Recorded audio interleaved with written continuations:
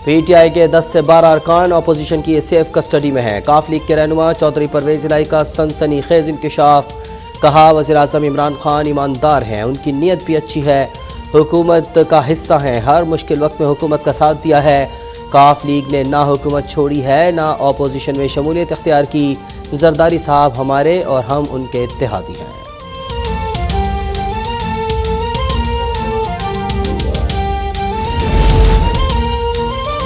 Opposition leader Shahbaz शरीफ की PTI को हटाकर कौमी हुकूमत बनाने की तजवीज़ पेश। कहा परवेज इलाही से पुराने ताल्लुकात हैं, सियासत में कोई चीज़ हरफ आखिर नहीं होती। अदम एतमाद के बाद ज़रूरी कानून साजी करके इलेक्शन की तरफ जाना चाहिए। हम पर हॉर्स ट्रेडिंग का इल्ज़ाम साबित हो जाए तो सियासत छोड़ देंगे, लेकिन जब जहाज़ों पर लोड करके मेंबरान बलगनी गाला पहुँचाए जा रहे थे तो वो क्या था। 100 गीदड़ों की कौम जिसका सरदार शेर हो वो जीत जाएगी। 100 शेरों की कौम जिसका सरदार नवाज शरीफ की तरह गीदड़ हो।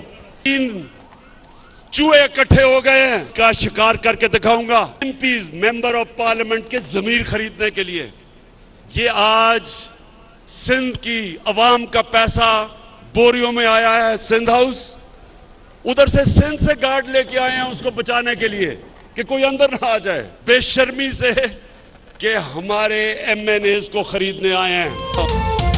नवाज शरीफ लीडर नहीं गीदड़ है। जरदारी, फजलुर रहमान और शहबाज चूहे हैं। एक ही गेंद से 3 विकेटें गिराऊंगा, तीनों चूहों का शिकार करके दिखाऊंगा। वज़ीर आज़म इमरान खान की स्वाद जलसे में भी मुखालफिन पर यलगार। कहा इस्लामाबाद का सिंध हाउस हॉर्स ट्रेडिंग का मरकज बना हुआ है। सिंध के अवाम का करोड़ों रुपया बोरियों में भर भर कर एमएनए खरीदे जा रहे हैं। इलेक्शन कमीशन बताए क्या जमहूरियत में इसकी इजाज़त है।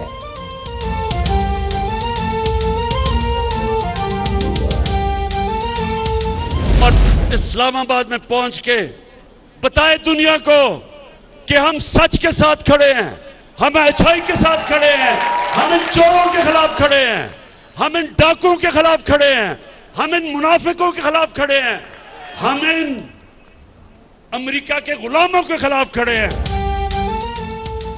चोरों, डाकुओं, मुनाफिकों और अमेरिका के गुलामों के खिलाफ निकलो और 27 मार्च को इस्लामाबाद पहुंचकर दुनिया को दिखा दो कि आप हक और सच के साथ खड़े हैं। वज़ीर आज़म इमरान खान की कौम से अपील। कहा अक़वाम मुत्तहिदा में इस्लामोफोबिया के खिलाफ करारदाद की मंजूरी। कादियानों को गैर मुस्लिम करार देने के बाद पाकिस्तान की सबसे बड़ी कामयाबी है। क्या फजलुर रहमान और 30 साल तक बारियां लेने वालों ने कभी इस्लामोफोबिया के खिलाफ आवाज़ उठाई? आज आप कहते हैं कि वो भगोड़े हैं। इमरान न्याजी साहब, मुझे याद कराने दीजिए, भगोड़े तो आप हैं। कैलिफोर्निया की अदालत के भी भगोड़े हैं और अपने मुल्क की अदालतों के भी और इलेक्शन कमीशन के भी भगोड़े हैं जिसका आप सामना नहीं कर रहे। आप कहते हैं कि नवाज शरीफ की औलाद बाहर है, तो बराए मेहरबानी बताइए क्या आपकी औलाद का कोई लाहौर में चुबुर्जी का पता है या आपकी औलाद कहाँ पर रहती है? नवाज शरीफ की औलाद मुल्क से बाहर है तो इमरान खान की किधर है? दूसरों को भगोड़ा कहने वाला इमरान न्यासी खुद कैलिफोर्निया की अदालत का भगोड़ा है। लीगी रहनुमा एहसन इकबाल का जवाबी वार। कहा इमरान खान अब अदाकारी का वक्त निकल चुका। पाकिस्तान की खुद मुख्तारी IMF के हवाले करने वाले की असलियत कौम जान चुकी है। फॉरेन फंडिंग केस का फैसला आने से कबल इमरान खान ने इलेक्शन कमीशन को निशाने पर रख लिया।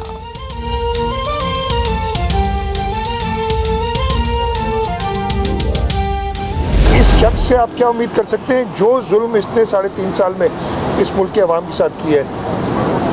अब और गुंजाइश नहीं है। बेस आदमी है जिसने पूरी मुल्क को तकलीफ में डाला हुआ है, उसके लिए किसी को क्यों मुफाहमत की सोचेगा? कभी भी नहीं सोचा। इमरान खान ने 1 करोड़ नौकरियां दी हैं, जलसे में कम से कम 1 करोड़ लोग तो आएंगे ही। वज़ीर आला सिंध मुराद अली शाह का तंज। ये भी पूछा कि अगर हुकूमत के पास 172 अरकान पूरे हैं तो ये घबराहट और धमकियां क्यों? शाजिया मरी बोली कि मजलूमों की आहें इमरान खान को ले डूबी। ये इज्जत से इस्तीफ़ा नहीं देंगे क्योंकि जिल्लत इनका मुकद्दर है। इमरान खान मुंतखब नुमाइंदों को ज़मीर का फैसला करने दें।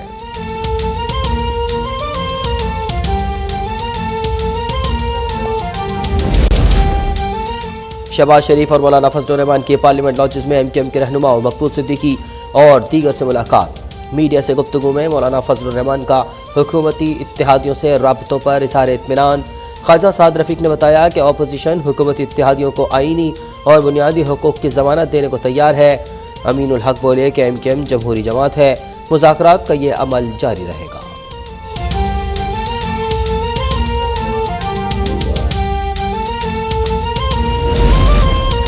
साबिक सदर आसिफ अली जरदारी की मौलाना फजलुर रहमान से मुलाकात। हुकूमती इत्तेहादियों, MKM और काफ लीग से राब्तों पर तफसीली तबादला ख्याल। पीपल्स पार्टी ने PDM के मार्च में शमूलियत की दावत कबूल कर ली। आसिफ जरदारी की रवानगी के बाद शहबाज शरीफ की मौलाना फजलुर रहमान से मुलाकात। नून लीग और पीपल्स पार्टी के अरकान के एजाज में अलग अलग इशाइये, शहबाज शरीफ और बिलावल भुट्टो की भी शिरकत।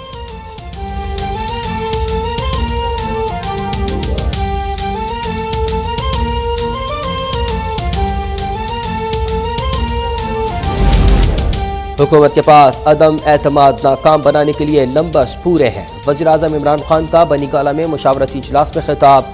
गवर्नर सिंध इमरान इस्माइल की MKM के रहनुमाओं से मुलाकात पर तफसीली ब्रीफिंग। इजलास में असद उमर, परवेज़ खटक, फवाद चौधरी और दीगर रहनुमाओं की भी शिरकत। इत्तेहादियों से रवाबित और उनके तहफ़्फ़ुज़ात दूर करने पर तबादला ख्याल।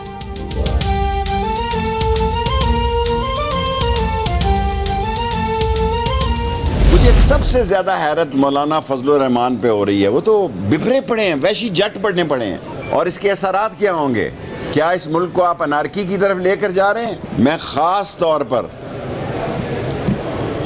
मौलाना फजलुर रहमान साहब से कहना चाहता हूं कि ये सारे भाग जाएंगे, आप धर लिए जाएंगे, लेकिन किसी शख्स को कानून को हाथ में लेने की इजाजत नहीं दी जाएगी। मुल्क में खाना जंगी हुई तो उसके जिम्मेदार मौलाना फजलुर रहमान होंगे। नून लीग और पीपल्स पार्टी की क़यादत हमेशा की तरह भाग जाएगी, आप धर लिए जाएंगे। वज़ीर दाखिला शेख रशीद की सरबराह PDM को वार्निंग। खदशा जाहिर किया कि अदम एतमाद कहीं पाकिस्तान के जमहूरी अदम इस्तेहकाम की जानिब न बढ़ जाए। अपोजिशन याद रखे, किसी ने कानून को छेड़ा तो हुकूमत उसे नहीं छोड़ेगी।